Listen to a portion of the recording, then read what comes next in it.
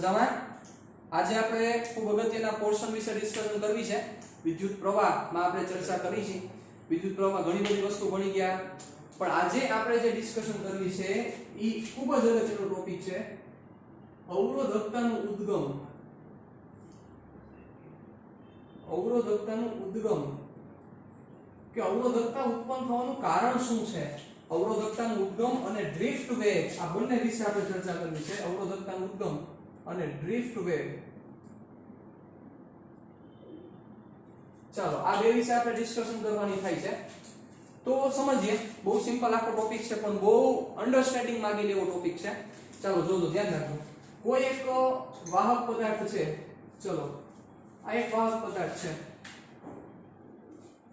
હવે આ વાહક પદાર્થમાં અરેન્જમેન્ટ કેમ થઈ છે તમને ખ્યાલ જ છે. તો કે એના મધ્યમાન બિંદુ ઉપર કોણ રહેલા હોય છે? તો કે ધન વિદ્યુતભાર, એટલે કે એના લેટિસ પોઈન્ટ ઉપર ધન વિદ્યુતભાર રહેલા હોય છે. તમે બહુ સારી રીતે જાણો છો એના વિશે,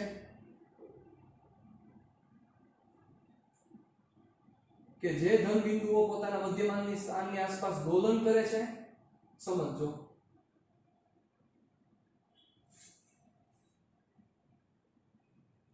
અને આમાં મુક્ત ઇલેક્ટ્રોન અસ્તવ્યસ્ત રીતે ગતિ કરતા હોય છે, જે તમને ખ્યાલ છે. કોક આમ જતું હોય, કોક આમ જતું હોય, કોક આમ જતું હોય.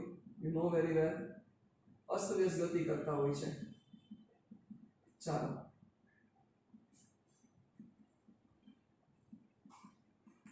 તો જ્યારે સમજો, અહીંયા નથી દેખાડ્યું, અહીંયા દેખાડી દે, આ બાજુ જઈ છે. ચાલો તો જ્યારે તમે કોઈ એકેય પ્રકારનું બાહ્ય વિદ્યુત ક્ષેત્ર એપ્લાય કરતા નથી, it means you are not applying any type of external electric field, what happens at that time, એટલે કે ત્યારે શું થાય છે વિચારો. તો ત્યારે શું થશે? તો કે ત્યારે એવું થાય કે એકેય પ્રકારનું બાહ્ય વિદ્યુત ક્ષેત્ર નથી. આ ઇલેક્ટ્રોન મુક્ત ઇલેક્ટ્રોન. ક્યાં મુક્ત ઇલેક્ટ્રોન? મુક્ત ઇલેક્ટ્રોન કોને કહેવાય? તો કે ન્યુક્લિયસમાં જે બાહ્યતમ કક્ષાના રહેલા ઇલેક્ટ્રોન છે એનું ન્યુક્લિયસ સાથેનું જે બંધન છે ખૂબ જ ઓછું હોય છે, તમને ખ્યાલ છે.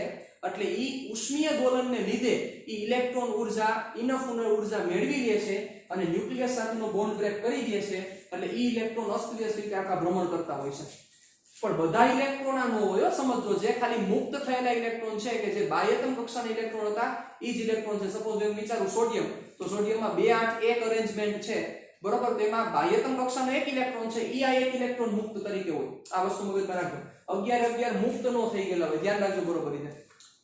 તો આ સમજવાની ચર્ચા છે આપણે. તો શું એક ટાઈમ શું થતું હશે? તો કે જ્યારે બાહ્ય વિદ્યુત ક્ષેત્ર એપ્લાય કરેલું નથી, એટલે કે વિદ્યુત ક્ષેત્ર એપ્લાય નથી કરેલું, વિદ્યુત ક્ષેત્ર હાજર નથી, વિદ્યુત ક્ષેત્ર ગેરહાજર છે, તો ત્યારે શું થતું હશે? તો કે કોઈ ઇલેક્ટ્રોન સપોઝ એક વેલોસિટી થી આ બાજુ જતો હશે, તો એક ટાઈમ બીજો ઇલેક્ટ્રોન આ બાજુ જતો હશે, ત્રીજો ઇલેક્ટ્રોન આ બાજુ જતો હશે, ચોથો ઇલેક્ટ્રોન છે એ આ બાજુ જતો હશે, પાંચમો ઇલેક્ટ્રોન આ બાજુ જતો હશે. મતલબ કે બધા ઇલેક્ટ્રોનના વેગ અસ્તવ્યસ્ત છે. સપોઝ આનો વેગ v1, આનો વેગ v2, આનો વેગ v3, આનો વેગ v4, આનો વેગ v5. બધા ઇલેક્ટ્રોનના જે વેગ છે કેવા હશે? તો અસ્તવ્યસ્ત હશે. તો ત્યારે તમે આ બધા વેગની સરેરાશ કાઢો. મતલબ કે હું આવું કરું, સમજો કે v1 v2 up to vn divided by n, તો આનો નેટ આન્સર કેટલો આવે? તો કે 0. એટલે તમે આમાં કોઈ પણ એક આડછેદ અહીંયા વિચારો, તો ઈ આડછેદમાંથી પસાર થતા ઇલેક્ટ્રોનનો જથ્થો, નેટ જથ્થો, એટલે કે પસાર થતો વિદ્યુત ભાર નેટ કેટલો થાય? તો કે 0 થાય. એટલે આ હું તમને આની સરેરાશ કાઢું તો sigma vi is upon n is equal to 0. તમે સમજી શકો છો. I start is equal to 1 to n. આનો નેટ આન્સર કેટલો થાય? 0 થાય. મતલબ કે એકેય પ્રકારનો પ્રવાહ જોવા મળતો નથી. પણ હવે શું થશે સમજો. આ અસ્તવ્યસ્ત ઇલેક્ટ્રોન પ્રમાણે થાય શું? તો કે આ ઇલેક્ટ્રોન આની સાથે અથડાઈને વળી પાછો પોતાનો વેગ બદલાવે. મૂલ્ય ઈ જ રહે, કારણ કે આ જે સંઘાત જોવા મળે છે એ સ્થિતિસ્થાપક સંઘાત હોય. સમજો બધા કોન્સેપ્ટ અહીંયા ભેગા થશે, બધી ડિસ્કશન ભેગી થશે, ત્યારે આ કોન્સેપ્ટ સમજાશે. જેમ કે હું બોલ્યો સ્થિતિસ્થાપક સંઘાત ચેપ્ટર નંબર 6 નો કોન્સેપ્ટ છે. કાર્ય ઊર્જા પાવરમાં આપણે આના વિશે ચર્ચા કરેલી હતી. તો આ ઇલેક્ટ્રોન જ્યારે આના જેવો આની સાથે ભટકાય ત્યારે એનું વેગ બદલે, પણ મૂલ્ય ઈ જ રહે, એમાં કાંઈ ચેન્જીસ ન થાય. શું કામ? જો એમાં ચેન્જીસ થાય તો શું થાય? તો કે ઊર્જા ગુમાવે. તો થોડાક સમયમાં આ એક વાહક પદાર્થ એમનેમ રાખેલો હોય તો એક ઇલેક્ટ્રોન ઊર્જા ગુમાવે, બીજો ઇલેક્ટ્રોન ઊર્જા ગુમાવે, ત્રીજો ઇલેક્ટ્રોન ઊર્જા ગુમાવે, અને ઊર્જા ઉષ્માના ફોર્મમાં સૌથી વધારે ગુમાવાય છે તમને યાદ છે. તો થોડાક સમય બાદ જ્યારે તમે ઈ પદાર્થને અડો તો તમને શું લાગે? ગરમ લાગે, જે કોઈથી જોવા નથી મળતું. એનો મતલબ કે આ બધી જે સંઘાત જે થાય છે, આ બધા સંઘાત કેવો હોય? સ્થિતિસ્થાપક સંઘાત હોય. વેગની દિશા બદલે પણ મૂલ્ય બદલતું નથી. એટલે થાય શું? અહીંથી ઇલેક્ટ્રોન આને ભટકાનો, વળી પાછો આ બાજુ જાય, વળી પાછો આ બાજુ જાય, વળી પાછો આ બાજુ, વળી પાછો આ બાજુ જાય. પણ હવે શું થશે?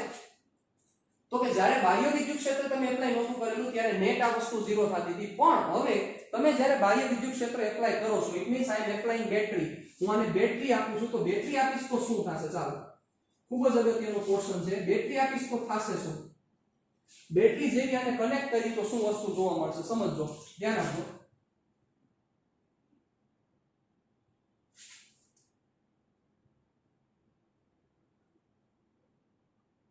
ચાલો, પોઝિટિવ ટર્મિનલ ને અહીંયા આપેલો છે અને નેગેટિવ ટર્મિનલ ને આ સાઈડ આપેલો છે.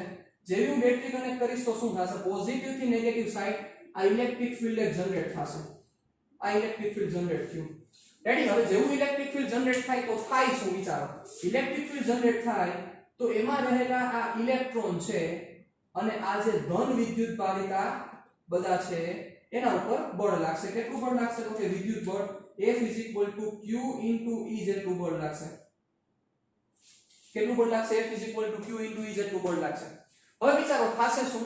તો આ પોઝિટિવ ચાર્જ ઉપર બળ લાગશે ક્ષેત્રની દિશામાં. તો ઈ તો પોતાની જગ્યા બદલાઈ શકવાના નથી, એટલે ઈ પોતાની જગ્યાએ જ પડ્યા રહેશે. પણ જે ઇલેક્ટ્રોન છે એ ઇલેક્ટ્રોન ઉપર બળ લાગશે ક્ષેત્રની વિરુદ્ધ દિશામાં. એટલે થાય શું? વિચારો કે જેવું એના ઉપર આ ઇલેક્ટ્રોન ઉપર બળ લાગે એટલે શું વર્કિંગ થશે? જોજો, ઈ જ સમજવાની વાત છે. પછી આપણે બધા ઇલેક્ટ્રોનની ચર્ચા કરશું. અત્યારે માત્ર એક ઇલેક્ટ્રોન વિશેનું ડિસ્કશન કરું છું. ચાલો ધ્યાન રાખજો.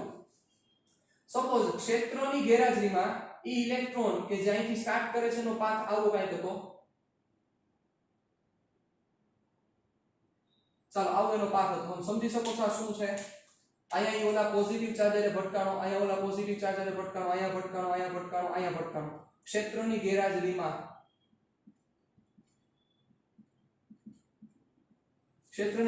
આવો પાથ છે. પણ જેવું અહીંયા ક્ષેત્ર પ્રેઝન્ટ થાય એટલે વિચારો, આ ઇલેક્ટ્રોન પાસે આ દિશાનો વેગ છે તો કે છે, પણ આ ઇલેક્ટ્રોન ઉપર હવે આ દિશામાં બળ લાગશે. ઈ બળ લાગશે Q * E.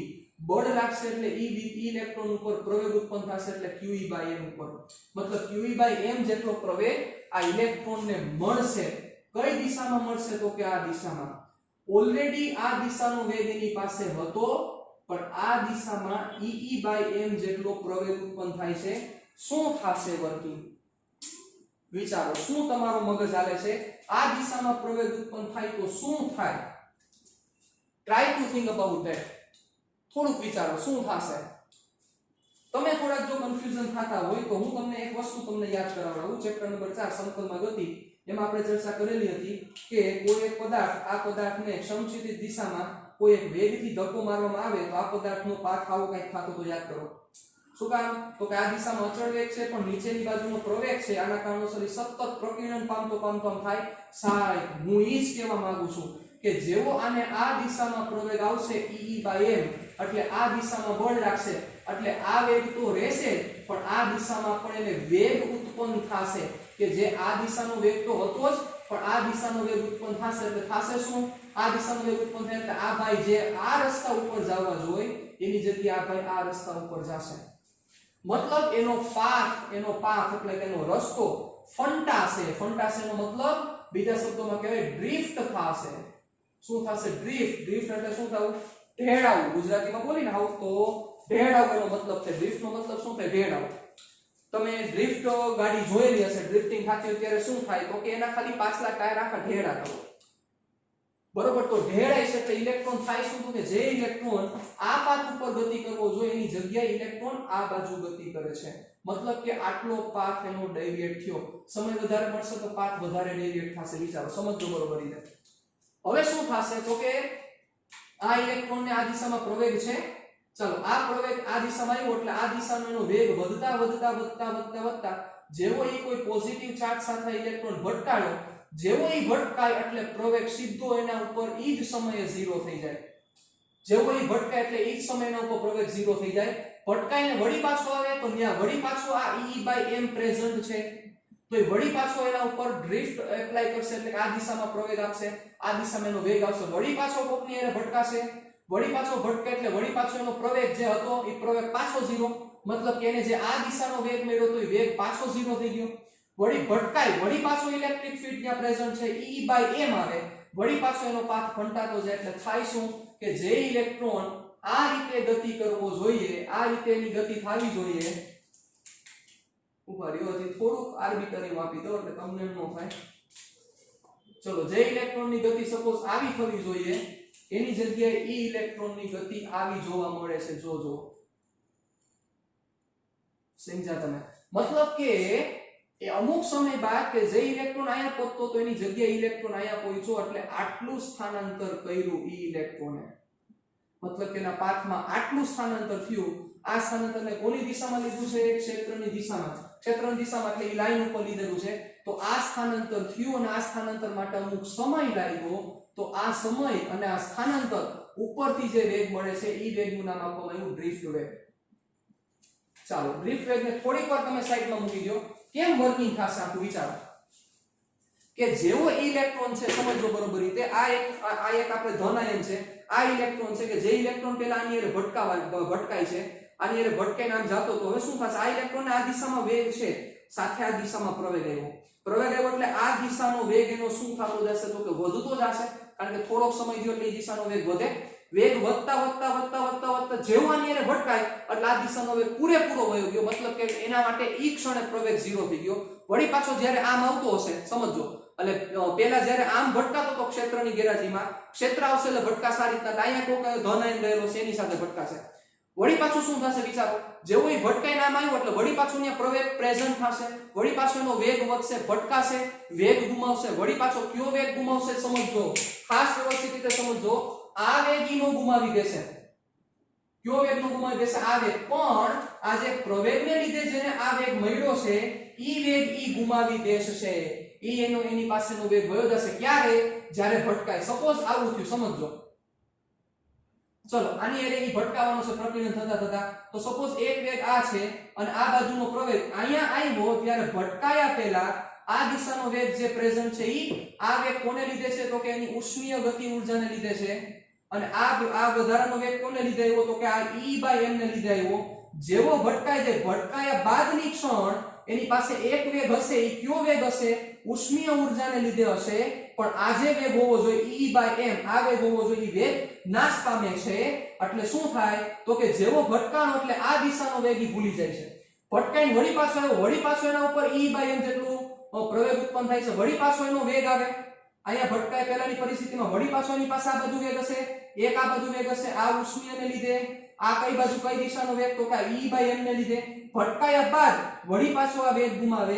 વળી પાછો પ્રવેગિત થાય ભટકાય, પ્રવેગ વાળો વેગ ગુમાવે, પાછો પ્રવેગિત થાય ભટકાય, પ્રવેગ વાળો વેગ ગુમાવે, આવું કન્ટિન્યુઅસલી ચાલુ રહે છે, એટલે થાય શું કે જે તમે જોતા હતા સમજતા હતા વ્યવસ્થિત રીતે કે એક પહેલાના કેસમાં કે જે અસ્તવ્યસ્ત ગતિ થઈને 0 થતી હતી, હવે મગજ આપો આ એક ઇલેક્ટ્રોન આટલું ટ્રાન્સફર કરે, વિચારો આ એક ઇલેક્ટ્રોન આટલો ટ્રાન્સફર થઈને આટલું સ્થાનાંતર કરે તો મગજ આપો આવા બધા ઇલેક્ટ્રોન સ્થાનાંતર કરશે, અને ઈ સ્થાનાંતર કઈ દિશામાં થશે, ક્ષેત્રની વિરુદ્ધ દિશામાં થશે, વિચારો, એટલે જે ઇલેક્ટ્રોન પહેલા આમ જઈને વળી પાછો આવતો તો એની સામે એક આમ જઈને આમ આવતો તો નેટ 0 થતો તેની જગ્યાએ બધા ઉપર આ દિશામાં એક સ્થાનાંતર થશે, બધા ઉપર આ દિશામાં સ્થાનાંતર થાય, શું થાય વિચારો, બધા ઉપર સ્થાનાંતર આ દિશામાં થશે, એટલે હવે તમે આડછેદ લ્યો તો ઈ આડછેદમાંથી પસાર થતો વિદ્યુતભાર કે જે પહેલા 0 હતો હવે 0 નહીં થાય,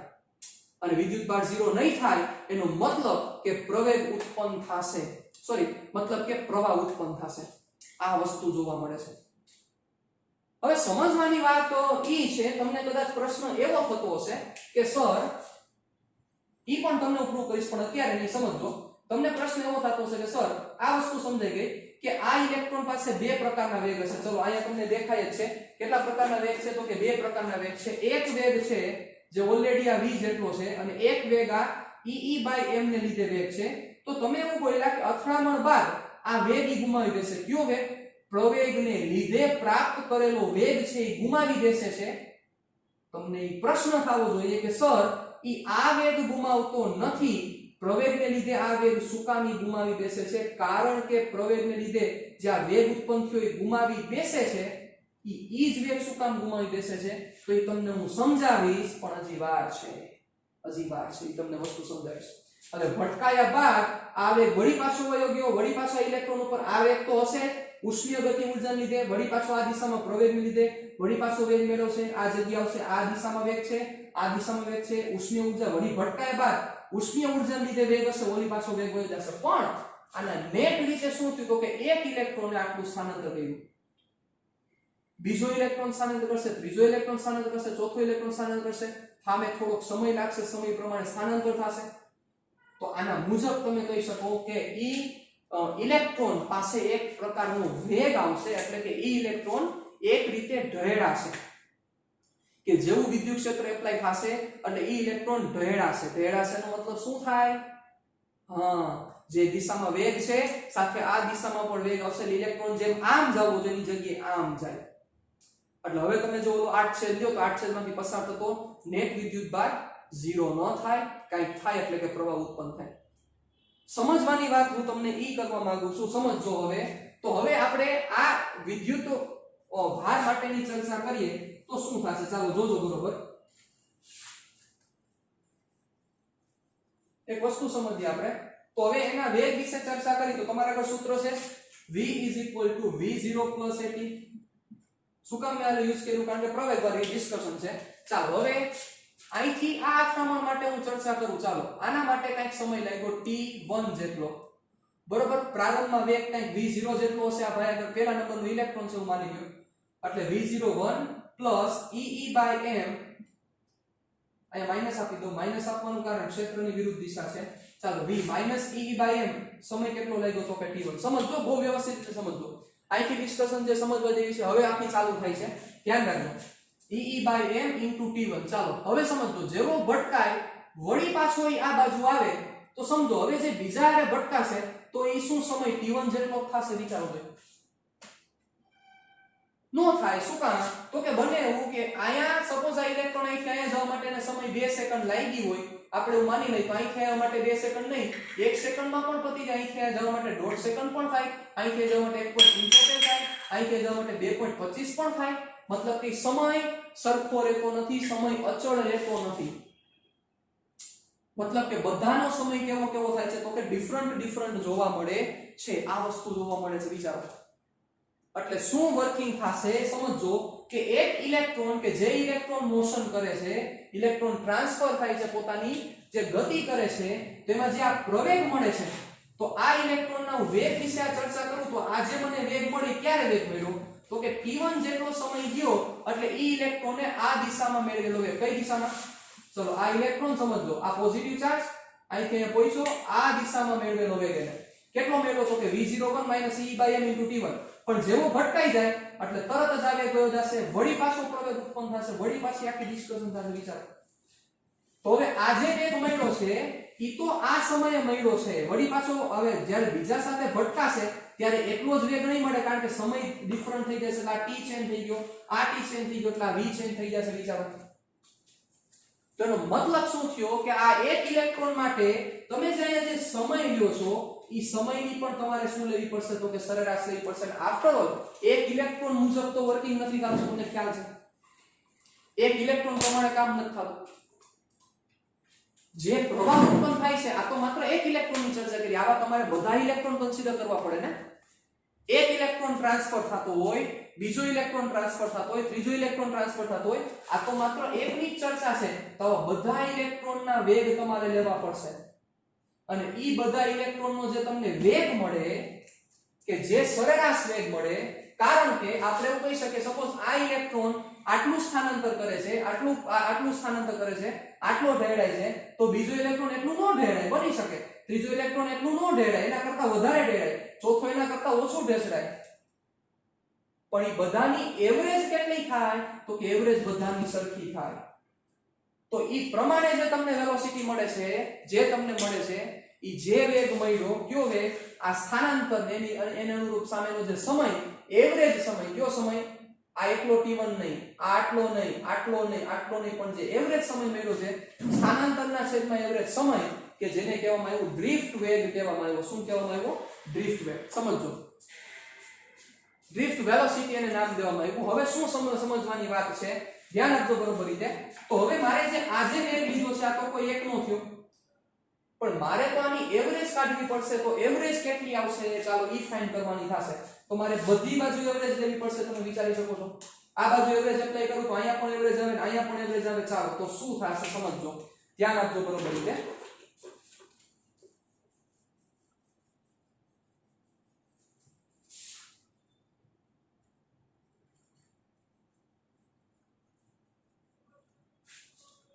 તો હવે આ એક ઇલેક્ટ્રોન માટે ચર્ચા કે બધા ઇલેક્ટ્રોન માટે ચર્ચા કરું તો શું થાય? V average is equal to V0 average minus EE by m. હવે આને એવરેજ નો લાગુ પડે કારણ કે આ કોન્સ્ટન્ટ વેલ્યુ છે. T average. ચાલો T average. હવે આ T average કયો સમય છે? વિચારો તો આ T average કયો સમય છે? મગજ આપો છો. આ T average સમય છે યસ અહીંથી આ ગતિ કરતા કરતા ભટકાનો, ત્યાંથી વળી પાછો આ બાજુ વળી પાછો ભટકાનો, આ 2 આ 1.5 પછી 1.75 2.25 આ બધાની એવરેજ છે. આ સમયને રિલેક્સેશન ટાઈમ કહેવામાં આવે છે. શું કહેવામાં આવે છે? રિલેક્સેશન ટાઈમ, કે જેને ટો વડે રિપ્રેઝન્ટ કરવામાં આવે છે. કેના વડે રિપ્રેઝન્ટ કરવામાં આવે છે? ટો વડે. રિલેક્સેશન ટાઈમ ને કહેવામાં આવે છે. શું થાય રિલેક્સેશન ટાઈમ નો મતલબ? ચાલો વિચારો, નામ એવા જ ગુણ છે રિલેક્સેશન ટાઈમ. ચાલો ઇલેક્ટ્રોનની બે ક્રમિક અથડામણો વચ્ચેના સરેરાશ સમયગાળાને રિલેક્સેશન સમય કહે છે. રિલેક્સેશન ટાઈમ કહે છે. ઇલેક્ટ્રોનની બે ક્રમિક અથડામણ વચ્ચેના સરેરાશ સમયગાળાને રિલેક્સેશન, આરામનો સમય. કેવો આરામનો સમય? સમજો, આ પોઝિટિવ ચાર્જ અને આ પોઝિટિવ ચાર્જ સમજો. અહીંથી સપોઝ આ ઇલેક્ટ્રોન આવતો તો ઇલેક્ટ્રોન ભટકાઈને હવે અહીંથી અહીંયા સુધી રિલેક્સ રહેશે કે નહીં? રિલેક્સેશન આરામ કરશે કે નહીં? તો ઈ જે સમય, આ સમય 2.5 સેકન્ડ, આવા સમયની એવરેજ. શું કામ? તો કે આ બધે 2.5 નહીં હોય, ક્યાંક વધારે હશે, ક્યાંક ઓછું હશે, ક્યાંક વધારે હશે. આનો જે એવરેજ થાય એ રિલેક્સેશન સમય, અથવા તમે એમ પણ કહી શકો આ એવરેજ સમય સુધી જ ઇલેક્ટ્રોન પ્રવેગિત થશે. આ એવરેજ સમય સુધી જ આ ઇલેક્ટ્રોન પ્રવેગિત થશે. સમજો બરોબર મારી વાત. શું કામ? આમાં 2.5 સેકન્ડ સુધી પ્રવેગિત થયો, અહીંથી આમાં આટલા સેકન્ડ સુધી, આમાંથી આટલા સેકન્ડ, આમાંથી આટલા સેકન્ડ, 2.5 સેકન્ડ, 1.25, 1.75. તો એવરેજ કેટલી? તો કે 2 સેકન્ડ ધારો કે આવી. મતલબ કે ઈ ઇલેક્ટ્રોન એવરેજ 2 સેકન્ડ સુધી જ પ્રવેગિત થશે. મતલબ ઈ એકલાનું નહીં પણ ઈ બધા ઇલેક્ટ્રોનનું તમે કોમ્બિનેશન આપો, મતલબ કે તમે બધાની એવરેજ લ્યો તો શું થાય સમજો બરોબર રીતે. એક બહુ મહત્વની વસ્તુ અહીંયા આવશે, ધ્યાન આપજો. V average is equal to V0 average minus EE by m T average. ચાલો V0 average એટલે શું? પ્રારંભિક બધાના વેગની એવરેજ. પ્રારંભિક બધાના વેગની એવરેજ. ચાલો વેલોસિટી વેક્ટર આપી દઉં છું. ચાલો પ્રારંભિક બધાના વેગની એવરેજ. તો વિચારો પ્રારંભિક એટલે કે જે સમયે વિદ્યુત ક્ષેત્ર એપ્લાય નહોતું કરેલું તો ત્યારે બધાના વેગની એવરેજ કેટલી હતી? તો કે 0 હતી. તો આવું લખી શકાય V average is equal to minus EE by m T average. T average ને નામ દેવામાં આવ્યું ટો. હવે આ V average કે જે ક્ષેત્રની વિરુદ્ધ દિશામાં નો વેગ છે, સમજો છો આમાં ઓલો વેગ મેન્શન નથી થતો. કયો? ઉષ્મીય ઊર્જા લીધે વેગ અહીંયા આવ્યો જ નથી. અહીંયા મેં જે વેગ લીધો છે કયો વેગ મેન્શન કરેલો છે? કયો વેગ છે? બીજો મગજ આપો. કયો વેગ છે? ઈ વેગ કયો છે? ઈ વેગ છે કે જે પ્રવેગને લીધે ઉત્પન્ન થયો છે. તો આ V average ને નામ દેવામાં આવ્યું ડ્રિફ્ટ વેલોસિટી, જેને કહેવામાં આવ્યું Vd વડે minus EE by m into tau. This is the formula of the drift velocity. That is Vd is equal to minus EE by m into tau. સમજો સાહેબ, કોન્સેપ્ટ પૂરો નથી થતો.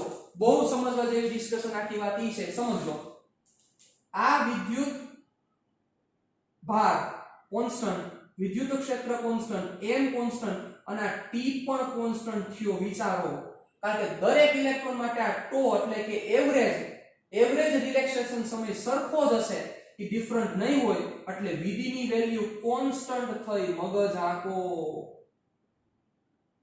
એ ભાઈ સમજો જો આ આખી ઇન્ટેલિજન્સી ની ડિસ્કશન છે લોજિક ની ડિસ્કશન છે તો જ જમાવટ આવશે તો જ સમજાશે આ શું કહેવા માંગુ છું તમને વિચારો જોજો ધ્યાન આપજો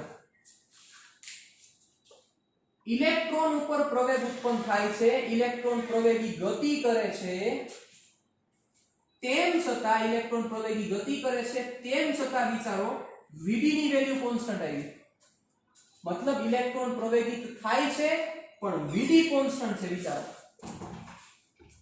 હવે તમે એવું ભણ્યા છો કે પ્રવેગ અચળ હોય તો વેગમાં બદલાવ થતો હોય ને પણ અહીંયા Vd કોન્સ્ટન્ટ છે શું કારણ છે ચાલો વિચારો એનીવન કેન ટેલ્સ ચાલો કોઈ મને કહી શકશે ચાલો પ્લીઝ વિચારો ચાલો કોઈ પાસે આન્સર છે શું કામ આવું થયું શું આની પાછળનું રીઝન છે ચાલો કયો જોઈ કોઈ પણ પાસે જવાબ હોય તો આ તો સમજવાની વાત છે સાહેબ આ ફિઝિક્સ છે નાની મજા છે આ સમજો આ જમાવટ છે શું કારણ છે વિચારો તો કે બધા ઇલેક્ટ્રોન તમે વિચારો કોઈ એક ઇલેક્ટ્રોન વિચારો તો આ ઇલેક્ટ્રોન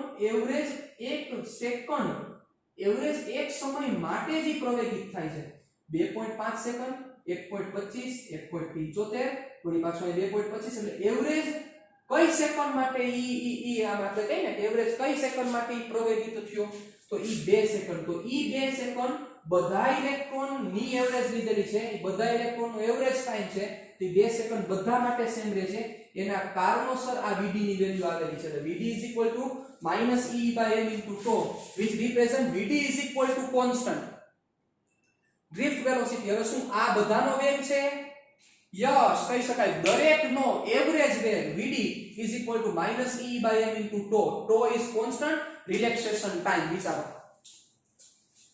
હવે આ વસ્તુ એક બીજી સમજવા જેવી વાત ઈ છે Vd આ જે વેલ્યુ તમારી પાસે આવી છે સમજવા જેવી વાત ઈ છે સમજો આ જે Vd ને રિપ્રેઝન્ટ કરેલો છે કયો વેગ આવ્યો તમને સમજાવું પહેલા તમે સમજાય કયો વેગ આવ્યો ઈ માત્ર ને માત્ર ઈ જ વેગ છે કે જે વેગ પ્રવેગને લીધે આવ્યો છે આ વેગ બે વેગ હતા એક v અને આ બાજુનો જે વેગ જનરેટ થતો હતો ઈ E/m ને લીધે મતલબ કે હવે હું ક્યાં વેગની ચર્ચા કરું છું માત્ર ને માત્ર આ E/m ને લીધે જે ઉત્પન્ન થયેલો Vd છે એની આ ચર્ચા છે માત્ર ને માત્ર બીજા એકેય વેગની હું ચર્ચા નથી કરતો તો ઈ ડિસ્કશન માં મેન્શન કરેલી છે E/m આ Vd જેટલો વેગ મતલબ આ વેગને હું મેન્શન કરતો નથી એટલે હવે તમે સમજો લોજિક આપજો કે 10 ઇલેક્ટ્રોન સમજો ચાલો હવે આ ડિસ્કશન આખી વસ્તુ સમજી ગયા Vd નું ફોર્મ્યુલા લખી નાખું છું માઈનસ એટલે છે કારણ કે Vd અને ક્ષેત્રની દિશા એકબીજાથી વિરુદ્ધ છે એના કારણોસર ચાલો હવે સમજો બહુ આખી ડિસ્કશન લોજિકલ ડિસ્કશન છે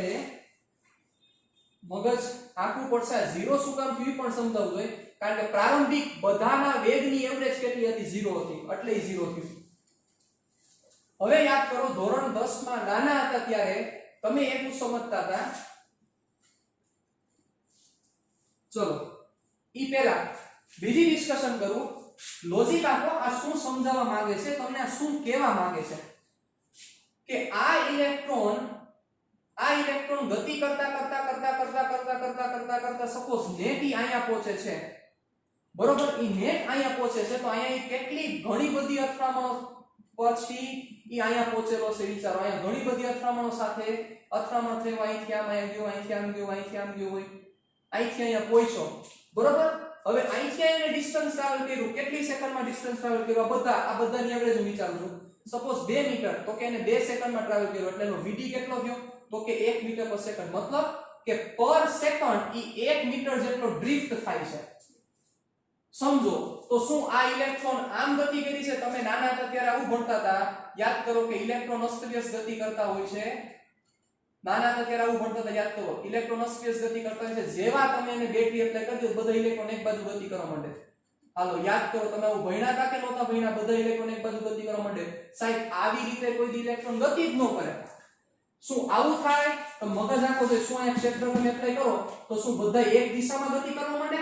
નો કરે બધા ભેળા કારણ કે આ વેગ તો એનો જવાનો જ નથી આ દિશાનો વેગ એને એડિશનલ થશે એટલે ઈ આમ સીધું આમ સમજ્યા ને કોને જેવી વાત થઈ આ પર્વત ઉપરથી એક બોલને આમ થ્રો કર્યો હોય તો ઈ આમ જાય ને હવે આ કોને જેવી વાત કહેવા માંગે ખબર કે જેવો આમ અહીંથી આમ ઘા કર્યો સીધો નીચે આવી ગયો નો આવે સાહેબ નો આવે ઈ ગતિ આવી રીતે જ કરે પણ તમે એમ કહી શકો કે આટલું અંતર આ બાજુ કાપ્યું પણ આની આની કાપે જ છે અંતર જોવો શું કામ અહીંયા હતો અહીંથી આટલું ડિસ્ટન્સ આવે તો એના જેવી વાત છે એટલે ઇલેક્ટ્રોન તો આમ જ મોશન કરતો હોય ઇલેક્ટ્રોન આમ જ મોશન કરતો હોય પણ ઈ આ બાજુ આગળ વધે છે તો ઈ દિશાનો વેગ vd થયો સાહેબ મતલબ ઇલેક્ટ્રોનની ગતિ કોઈ દી આમ ન થાય આમ થઈ જાય તો સારું જતું ને એક જ દિશામાં સીધા આવવા માંડે તો સારું જતું તો પ્રવાહ અનંત થઈ જાય પ્રવાહ અનંત થઈ જાય શું કામ એક જ દિશામાં ગતિ કરે તો કોઈ અથડાય જ નહીં કોઈ નહીં અથવા અથડાવાનું પ્રમાણ ખૂબ ઓછું થઈ જાય તો પ્રવાહ કેવો થઈ જાય અનંત થઈ જાય પણ ઇલેક્ટ્રોન ગતિ તો આર્બિટરી જ કરતા હોય મન થાય એવી રીતે જ ગતિ કરતા હોય પણ આ દિશામાં એની પાસે વેગ છે મતલબ આ દિશામાં ઈ ડ્રિફ્ટ થાય છે એટલે હવે હું ખાલી vd લખું હું એમ લખું કે vd બરાબર 1 મીટર પર સેકન્ડ તો આનો મીનિંગ તમે શું સમજશો કે ઇલેક્ટ્રોન જેવી રીતે ગતિ કરતો એવી રીતે પણ 1 સેકન્ડમાં ઈ 1 મીટર જેટલો ડ્રિફ્ટ થયો 1 મીટર જેટલો ઘસેડા ઢેડા આ વસ્તુ સૂચવે છે રેડી એટલે આ વસ્તુ તમારે પરફેક્ટ મગજમાં રાખવી પડશે કે જેવું તમે અને હવે સમજી શકો છો તમે કે જેવું તમે ક્ષેત્ર એપ્લાય કરો બધા ઇલેક્ટ્રોન એક બાજુ ગતિ ન કરવા માંડે તો બધા આમ આર્બિટરી ગતિ કરતા ને બધા સીધા ન થઈ જાય બધા આવી રીતે ન ગતિ કરવા માંડે સમજો આવી રીતે ગતિ ન થાય આ વેગ તો હોય જ આ વેગ હવે એડ થાય એટલે એની ગતિ આ વેગ પ્રમાણે થાય સમજો બહુ લોજિક ની ચર્ચા છે ભાઈ આ તો આ વસ્તુ સમજવાની વાત છે એટલે હું એમ કહું 1 મીટર પર સેકન્ડ હવે ખાલી હું દર્શાવીશ હું જ્યારે દર્શાવીશ ત્યારે આમ જ દર્શાવીશ કે આ બાજુ vd જેટલો એનો વેગ છે દર્શાવીશ આમ પણ તમારે એમ ન સમજવાનું કે ઇલેક્ટ્રોન આમ જાય છે ઇલેક્ટ્રોન તો આમ જઈને આમ જાય છે એટલે તમે એવરેજ રીતે જુઓ એવરેજ દ્રષ્ટિએ તો તમે એવું કહેશો કે આ ઇલેક્ટ્રોન અચળ વેગી ગતિ કરે છે એવરેજ દ્રષ્ટિએ જોવો તો તમે કહેશો કે આ ઇલેક્ટ્રોન અચળ વેગી ગતિ કરે છે કઈ બાજુ આ દિશામાં કારણ કે vd આપણે કીધું કે vd ની કિંમત અચળ છે સપોઝ 1 મીટર પર સેકન્ડ છે ચાલો તો હવે એવરેજ તમે જોવો તો 1 સેકન્ડ બાદ 1 મીટર જેટલું અંતર કાપ્યું હોય અને તમે 10 સેકન્ડ ગયો તો 10 મીટર જેટલું જ અંતર કાપે એટલે એવરેજ વેલોસિટી પ્રમાણે જોઈએ તો એવરેજ વેલોસિટી ઈ કોન્સ્ટન્ટ થાય પણ જો તમે પરફેક્ટ ઇલેક્ટ્રોન પાસે વયા જાવ કોઈ એક ઇલેક્ટ્રોન પાસે વયા જાવ તો તમને એની ગતિ કેવી દેખાય તો કે અચળ વેગી નો દેખાય પણ એની ગતિ કેવી દેખાય તમને પ્રવેગી દેખાય મતલબ તમે બહારથી જોવો છો આ એક આખો એલિમેન્ટ છે તમે એને બહારથી જોવો તો તમને એમ લાગે કે આ ઇલેક્ટ્રોન કેવી ગતિ કરે છે અચળ વેગી શું કામ 1 સેકન્ડમાં 1 મીટર અંતર કાપ્યું નેટ કેટલું કાપ્યું 1 મીટર 10 સેકન્ડમાં કેટલું અંતર કાપ્યું તો કે 10 મીટર 15 સેકન્ડમાં કેટલું અંતર કાપ્યું તો કે 15 મીટર તમે ખાલી ઈ જ જોશો એના સિવાય બીજું કંઈ નહીં જોવો પણ તમે કોઈ પર્ટિક્યુલર એક ઇલેક્ટ્રોન પાસે વયા જાવ તો તમને શું દેખાય તો તમને એમ દેખાય કે પ્રવેગી ગતિ કરે છે વળી પાછો ભટકે વળી પાછો વેગી ગતિ કરે છે વળી પાછો પ્રવેગી ગતિ કરે છે પણ તમારે કોઈ એક ઇલેક્ટ્રોનની ગતિનો ચર્ચા કરવો ને કારણ કે પ્રવાહ કોઈ એકના લીધે નથી પ્રવાહ બધાને લીધે છે તો હવે તમે સમજ્યા શું સમજ્યા અવરોધકતા ઉત્પન્ન થવાનું કારણ કોણ છે તમને લાઈટ થઈ અવરોધકતા ક્યાંથી ઉત્પન્ન થઈ તમને સમજાવું જેને લાઈટ થઈ ગઈ હોય ઈ મને આ પાડજો અવરોધકતા ઉત્પન્ન થવાનું કારણ છે અથડામણ વિચારો આ અથડામણના લીધે અવરોધકતા ઉત્પન્ન થયેલી છે સાહેબ આ અથડામણ ને લીધે અવરોધકતા આવી છે એટલે અથડામણ થઈ એને લીધે વિચારો શું કામ હું આવું બોલું છું ચાલો તમને થશે કે સર તમે શું કામ આવું કહો છો પરફેક્ટ સમજો આ ઇલેક્ટ્રોન આ દિશામાં વેગ છે જ્યારે આ ઇલેક્ટ્રોન અહીંયા પહોંચ્યો સમજો હવે એને આ દિશામાં વેગ હતો અને આ દિશામાં પણ હતો ભટકાયો એટલે આ વેગ વયો ગયો જો સાહેબ આ ભટકાણો ન હોત તો આ વેક્ટર મોટો થતો જાય મતલબ કે આ ઇલેક્ટ્રોન આ પોઝિટિવ ચાર્જ સાથે ભટકાય છે એના કારણોસર આ વસ્તુ ઈ ગુમાવે છે એટલે વળી પાછો ફરીથી પ્રવેગિત થાય એના માટે પાછો સમય લાગે જો આની સાથે અથડાય જ નહીં તો આ દિશાનો વેગ વધતો જ જાય કયો વેગ વધતો જાય vd વધતો જ જાય અને ભટકાય જ નહીં તો આ જે ટો કોન્સ્ટન્ટ છે ઈ કોન્સ્ટન્ટ નો આવે ને તમે સમજી શકો છો તો એની vd ની વેલ્યુ બહુ ઓછી આવે मतलब કન્ટિન્યુઅસલી પ્રવેગી ગતિ થાય, मतलब કે આ ઇલેક્ટ્રોન પોઝિટિવ ચાર્જ સાથે ભટકાણો. હવે ઈ જે અથડામણનું પ્રમાણ જોવા મળે છે, અથડામણનું જે પ્રમાણ જોવા મળે છે ઈ તમે સમજી શકો છો કે અથડામણનું પ્રમાણ દ્રવ્યની જાત ઉપર આધારિત છે. કોના પર આધારિત છે? તો કે દ્રવ્યની જાત ઉપર. કોનું પ્રમાણ? તો કે અથડામણનું પ્રમાણ. મતલબ કે તમે એ અમુક સમય આપો, ઈ સમયમાં આ ઇલેક્ટ્રોન કેટલા પરમાણુ સાથે અથડાય, એકમ સમય દીઠ એવું વિચારો, અથવા એકમ અંતર દીઠ તમે એવું વિચારો કે આ ઇલેક્ટ્રોન કેટલા ધન આયન સાથે અથડાશે. ઈ ડિપેન્ડ કરે છે દ્રવ્યની જાત ઉપર. શું કામ? હાટો મગજ. દ્રવ્યની જાત ઉપર શું કામ ડિપેન્ડ કરે છે? જો એલ્યુમિનિયમ હોય તો એલ્યુમિનિયમની અરેન્જમેન્ટ સપોઝ આવી છે, તો કોપરની અરેન્જમેન્ટ આવી ન હોય, કોપરની અરેન્જમેન્ટ સપોઝ ડિફરન્ટ હોય. વિચારો,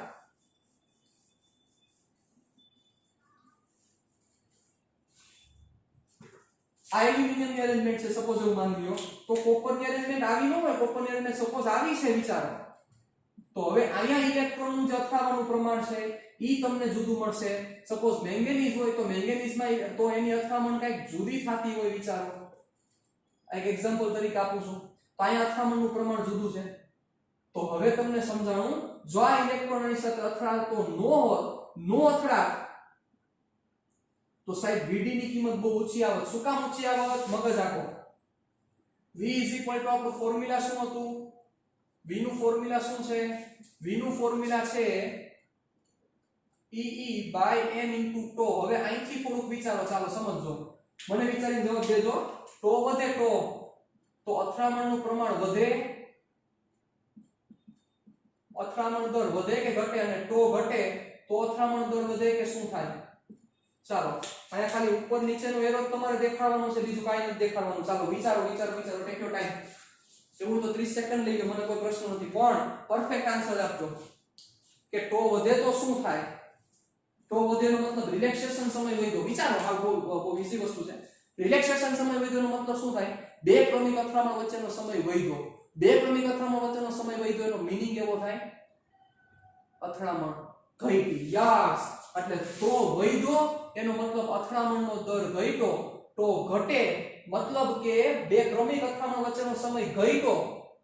મતલબ કે પહેલા અથડામણ 2 સેકન્ડમાં થતી હતી, હવે એ અથડામણ 1 સેકન્ડમાં થાય છે, એનો મતલબ અથડામણનું પ્રમાણ વધી ગયું. તો એ જ વસ્તુ સૂચવે છે કે જો અહીંયા જે અથડામણનો દર થાય છે, અથડામણ જોવા મળે છે, એ દ્રવ્યની જાત ઉપર આધાર રાખે છે. કોના ઉપર આધાર રાખે છે? દ્રવ્યની જાત ઉપર. એટલે આપણે કહીએ છીએ કે અવરોધકતા દ્રવ્યની જાત ઉપર આધારિત છે, લંબાઈ કે પહોળાઈ ઉપર આધારિત નથી. શું કામ? તમે અહીંથી વિચારો કે આ સપોઝ એક કોપરનો સળિયો છે એવું માની લ્યો, તો આ સળિયામાં ઇલેક્ટ્રોન નું અથડામણનું જે પ્રમાણ છે અને આ બે ભેગા કરી દો, તેમાં અથડામણનું પ્રમાણ એટલે અથડામણનો દર ઈ ને ઈ જ રહે. કારણ કે ઇલેક્ટ્રોન જ્યારે ગતિ કરતો હશે ત્યારે એને લંબાઈ નો દેખાતી હોય કે નો એને પહોળાઈ દેખાતી હોય. એને તો 1 સેકન્ડમાં કેટલી અથડામણ થાય? તો કે આ કોપર છે, તો કોપરમાં જેટલી અથડામણ થાય એટલી જ કોપરના બે સળિયામાં અથડામણ થાય. અથડામણનો દર બોલું છું સાહેબ, સાંભળજો મારી વાત. અથડામણનો દર એટલો જ રહે, પણ અથડામણોની સંખ્યા લાઈટ થઈ હોય તો અથડામણોની સંખ્યા મતલબ કે આ ઇલેક્ટ્રોન કેટલી વાર અથડાશે, કેટલું અથડાશે, ઈ ડિપેન્ડ લંબાઈ ઉપર કરે છે. વિચારો, કેટલી વાર અથડાશે, કેટલું અથડાશે, ઈ ડિપેન્ડ કરે છે આ લંબાઈ ઉપર. શું કામ? આ હાવ નાનકડો ભાગ હોય તો અથડામણની સંખ્યા ઘટી જાય, અથડામણનો દર ઈ નહીં રહે. સમજો, કારણ કે એને દ્રવ્યની જાત સાથે સંબંધ છે. અથડામણનો દર મતલબ કે 1 સેકન્ડમાં ઇલેક્ટ્રોન જેટલી વાર સરેરાશ રીતે અથડાવાનો હતો તે ગમે તેટલી લંબાઈઓ એટલી વાર જ અથડાય 1 સેકન્ડમાં. એટલે કે અથડામણનો દર અચળ જ રહે, પણ અથડામણોની સંખ્યા આધાર રાખે. કારણ કે આવડો ભાગ લ્યો, આવડો ભાગ લ્યો, આવડો ભાગ લ્યો.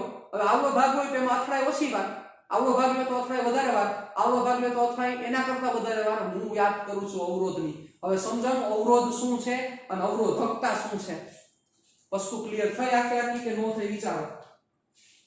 આ જ વસ્તુ મૂળ સમજવાની છે. અવરોધકતા મતલબ અથડામણનો દર. કે જે માત્ર કોના ઉપર આધાર રાખે, દ્રવ્યની જાત ઉપર જ આધાર રાખે, કારણ કે અહીંથી ઇલેક્ટ્રોન એવરેજ કેટલી વાર અથડાશે એ માત્ર ને માત્ર દ્રવ્યની જાત સાથે સંબંધ છે.